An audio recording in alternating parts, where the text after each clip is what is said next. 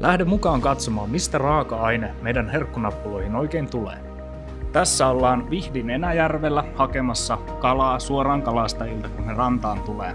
Ja mukana on totta kai myös meidän herkkumaista ja Ventti. Hoitokalastushan on tärkeä osa järvien hyvinvointia ja vesistöjen suojelua. Sen tavoitteena on poistaa liiallisia kalakantoja, jotka kiihdyttää näiden järvien rehevöitymistä ja lisää fosforikuormaa.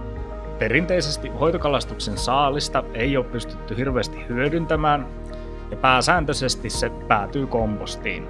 Meidän kehittämämme menetelmä on sillä tavalla ainutlaatuinen, että se mahdollistaa tämän kalan hyödyntämisen kokonaisuudessaan. Kalasta ei mene mitään hukkaa. Siitä syntyy puhdas, lisäaineeton ja ravinteikas herkkukoirille, jolla aidosti tehdään samalla hyvää Suomen järviluonnolle. Ja tästä se kala sitten kuljetetaan meidän tehtaalle Sammattiin, jossa se varastoidaan pakastekonttiin ja sieltä edelleen prosessiin, jossa valmistetaan ravinteikasta ja vastuullista raakaravintoa koirille.